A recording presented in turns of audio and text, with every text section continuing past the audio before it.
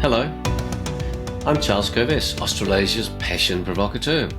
Welcome to this week's episode of the Charles Kovess Show, episode 203.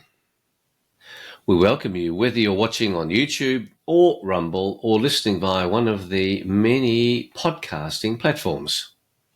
I will discuss a few local and global issues that impact on us, and then explore how the self-awareness and passion principles of my work can be used to elegantly and happily handle such issues in the context of your life.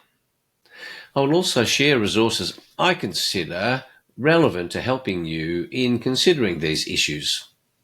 The show notes give you links to the foundational principles of the show and background details about me, and also my websites where you can find my books, my passion speeches and programs, including team building programs, strategic planning programs, motivational programs, and lots of extra free resources.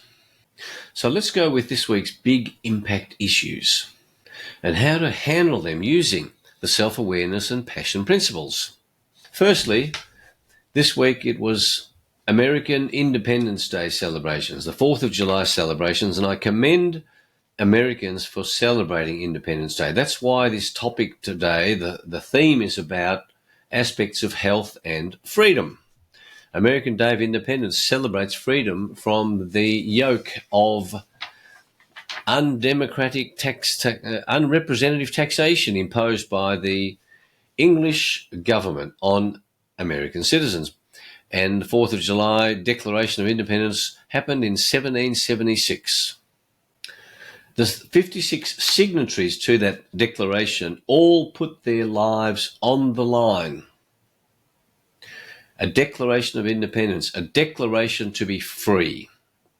I honour those original signatories, and I honour all those Australians, Americans who have fought for freedom and given their lives. The lesson here is around your own self-awareness. What would you give your life for? Is freedom important enough for you? That's a core element of the self-awareness and passion quest. What are your values? What do you hold most dearly?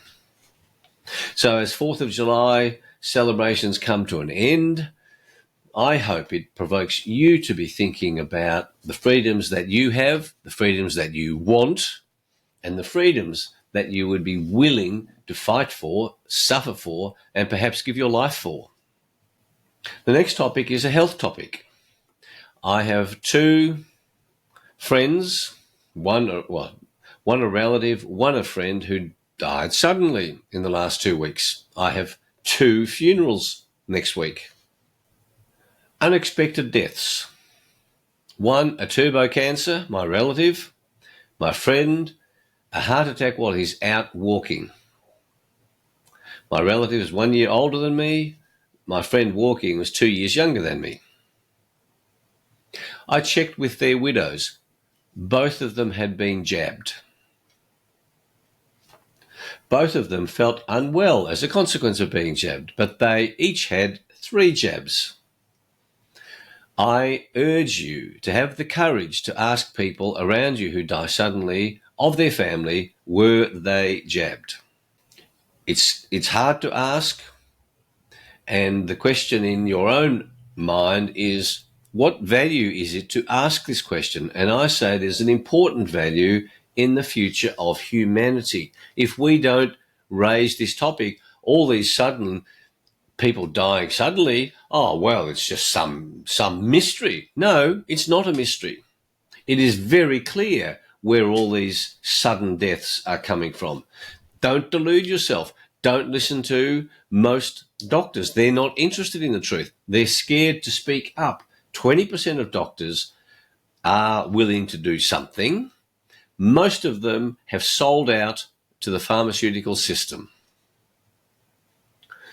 So if any of you are in this situation, I urge you, for the surviving relatives, get the hospital records as quickly as possible And if anyone around you that you care about is starting to suffer problems, keep detailed diaries. Those diaries will be very relevant in terms of class actions that are currently being run and will come in the future.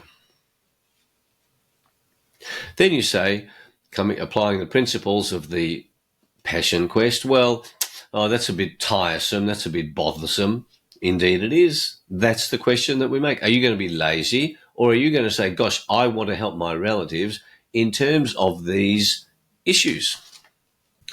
Next item around the same topic is the successful damages case in the US legal system of a person who refused to be jabbed, lost her job, and has now been given $800,000 compensation for that unlawful termination. Great news. The law doesn't get it right all the time, but the law is like a tennis match. You lose some sets, you lose some matches, but each attempt that we make to stand up for our rights in the legal system helps. If it loses, it helps the next case to be slightly nuanced to then win it. This is wonderful news. And any of you who have lost a job because of refusing to have a medical intervention, or know friends who have lost a job, please study this good news. And if you want links to the case, I'm happy to share them with you. The next item on health is the desire for me to have coffee. No, that was a joke. Ha. The next item is to do with what I call the bird flu porn. You've heard me talking about it. There is an outrageous attempt to impact on our food supplies, all in the name of your safety. Right? Oh, birds got flu. Let's slaughter the flock. This is fear porn. There are so many alternative solutions if a bird is actually sick, and this is being sold to us as, oh gosh, if a bird's got bird flu, you might get it. I call BS. I call BS big time, and I base it on good authority. I don't want to unpack it. Don't get sucked in by this fear porn. Next topic, again on health. Abortion. Full-term abortion. Most people are not aware that in Australia, in every state in Australia, you can have a full-term abortion. This is a scandal. I call that murder. You terminate a pregnancy full-term. After 20 weeks, I call that murder. Stop calling it abortion. It's not abortion. At 20 weeks, I've had 5 children. At 20 weeks, children in utero can survive. Unless the mother's health is in serious danger, it's murder. I was told this week about the gaslighting that happened of the churches in Australia who were told, come and consult with us, particularly in Victoria, come and consult with us about what should happen with abortion laws. And they were silenced. They were sucked into having input into government policy. The churches, in my view, should be coming out and pushing back hard against full-term abortions. And the other topic that's now under debate is, well, when these full-term babies are taken out of the mother's womb, they're just left to die there. No anaesthetic, nothing. Evil incarnate. So again, the relevance of how you think about this depends on your values. You see, you might say, oh, a mother's got the right to do with her body what she wants. Sure. A 30-week baby inside her that if it was taken out via cesarean would survive. That's no longer a mother doing with her body what she wants. What do you think about that? That's the question that we have to ask each time. What do you think about it? And when we turn a blind eye to it, the evil continues to grow. And then we get immune to that proposition. We don't think about it. Think about what it's doing to the doctors and the nurses who are terminating these lives, murdering these babies. The next topic on the health scene, and Big Pharma, and I have no love for Big Pharma, as regular viewers and listeners would know, is that I was delighted to see this week that Donald Trump has announced that when he becomes president, not if, but when, he will launch a major investigation into the activities of pharmaceutical companies and the childhood interventions, the vaccinations that are given to children from birth. Finally, he has stood up and he said the harm that is being done to children, and pharmaceutical companies say it's nothing to do with these vaccines. I've said to you before, there has never been a proper safety efficacy test on childhood vaccines. In Australia, you have to have 43 antigens jabbed into you in the first 4 years of life if you want government benefits for your child. It is evil. It is unsafe. And I say again, I have never met parents who refuse to vaccinate their children who regret the decision. Note that. So I'm delighted that Donald Trump has made that part of his policy, that he is going to investigate the matter hard. The relevance for you is, what do you do about people who are pregnant? What are you going to tell them about having the childhood jabs? No jab, no pay in Australia. That was brought in 2016 by a conservative government called Liberals in Australia. The last man I want to talk about is Tucker Carlson's tour. The Australian Freedom Conference had a tour right around Australia, spoke in 7 capital cities. Julie and I went to his last speech in Melbourne. The full speech is available, readily available online, and it was excellent. It focused on freedom. It focused on not complying with immoral, unethical, unlawful laws. So this, here's Tucker coming around Australia, pushing people to stand up for their freedoms. He was speaking strongly against welcome to country. I'm opposed to welcome to country. This is my country. He pointed out, if you're an Australian, this is your country. It was packed out auditoriums around Australia, and it was an important freedom message.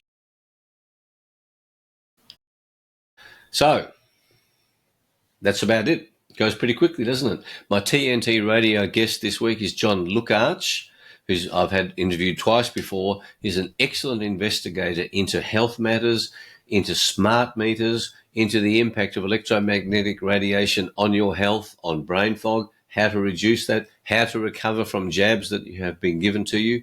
So that's 6 p.m. Melbourne time, Sunday evenings. And I'm also delighted to announce that in the following week, there's another show starting that I'm going to be a co-host of with Anna McLaughlin. It's called The Health Professionals Show, and it's brought to you on TNT Radio by the Australian Medical Professionals Society and New Zealand Doctors Speaking Out for Science, NZDSOS, 2 professional bodies who want the message spread about the truth about health, the truth about bodily integrity, the truth about where you find the truth about solutions. So that's going to be a weekly program from 5 p.m. to 6 p.m. on Sunday nights. It'll be a news-related program with 4 or 5 different topics each week, all designed to help educate your doctors about the truth of what's happening, the truth of the corruption of big pharmaceutical companies, and the truth about what they should be doing to honour your own bodily integrity, the unique body that you have.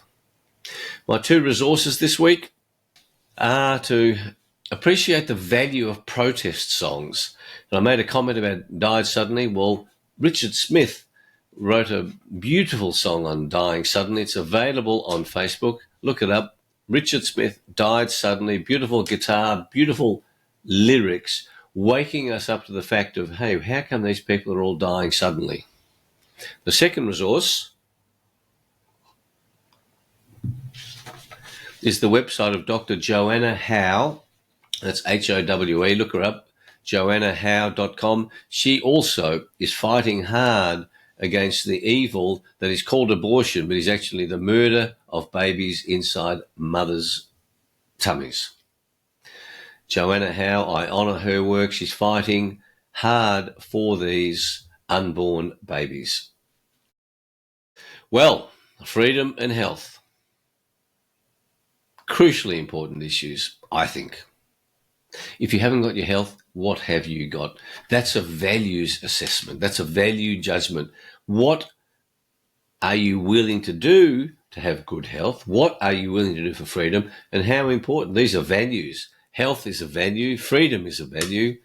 Your awareness around these issues determines the decisions you make in your life.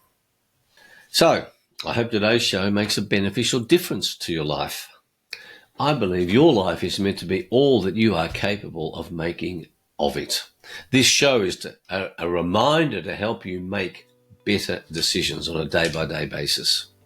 If you're new to the show, check the links to the foundational principles and my background, and also the website details.